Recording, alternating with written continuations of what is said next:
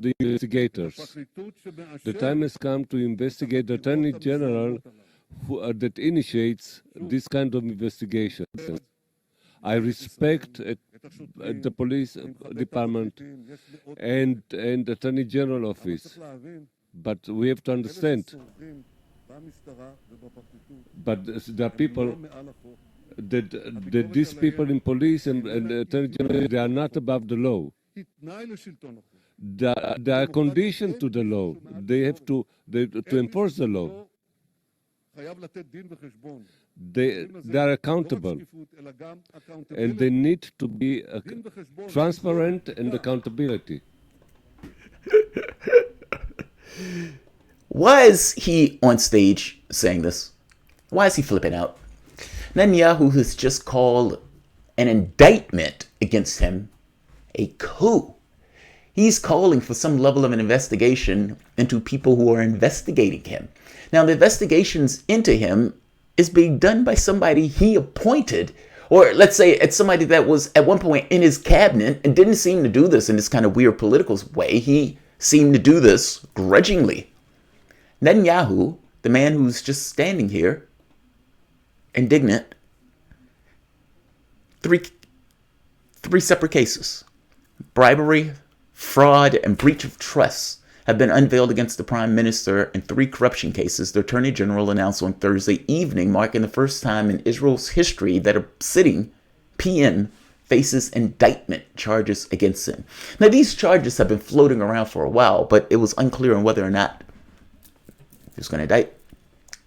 The wild part about this is this guy was an appointee. So, Akaval Mandelblit, a Netanyahu appointee once served as his cabinet secretary, is moving forward. It is a very sad day for Israel and for me personally, he said, adding the decision to indict is not a matter of politics or right and left.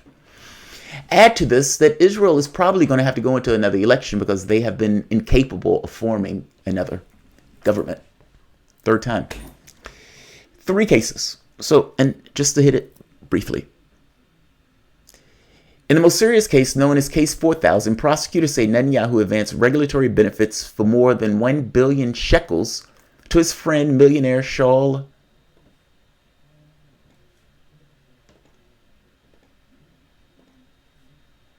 Evil. And I'm sorry, the names, I have a hard time pronouncing these. To millionaire, let's call him Shaul Evilovich, who owned Walla website, part of his control of the Bizet telecommunications company.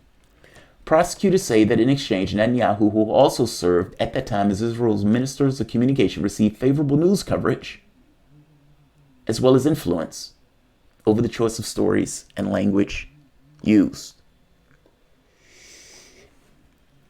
That's funny. Here's Case 1000. In Case 1000, prosecutors say between 2011 and 2016, Netanyahu received gifts from overseas businessmen, including expensive cigars and champagne, which later turned into a supply line. The value of the gifts was approximately $200,000. In particular, the gifts came from Hollywood producer Aaron Malkan, an Australian businessman named James Packer. Case 2000. In Case 2000, prosecutors said Netanyahu sought to make a deal with Anan Noni Moses, the owner of Israel's Yedoth Aronoth newspaper, that would have seen Netanyahu receive more favorable coverage. In return, the Israeli leader would pursue legislation that would limit the circulation of their rivals. At least, that is what Netanyahu wanted Moses to believe, prosecutors say.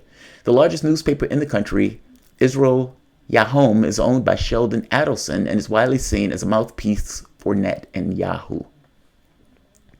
In one case, he wanted to receive favorable coverage, and he was willing to give favors for that favorable news coverage. In the other case, he was getting essentially a quote-unquote supply line of various items, cigars, champagne, and the like. And in this case, was going to crush the competition, or at the very least make it appear as if he was going to crush the competition of a friend of his who was giving him positive news coverage, not to mention influence in the various stories. Yep. But yeah, that's a coup. That's totally a coup. If you believe that this is some kind of soft coup in the way that Netanyahu is trying to play this, I have a bridge on Jupiter to sell you. Bring your own spaceship. This is extraordinary that he's saying this. And yet, this is a desperate prime minister that will most likely have to form another government, because nobody will form a government with the prime minister under an indictment, pulling his last card. Stay tuned. Stay tuned. Like, share, subscribe.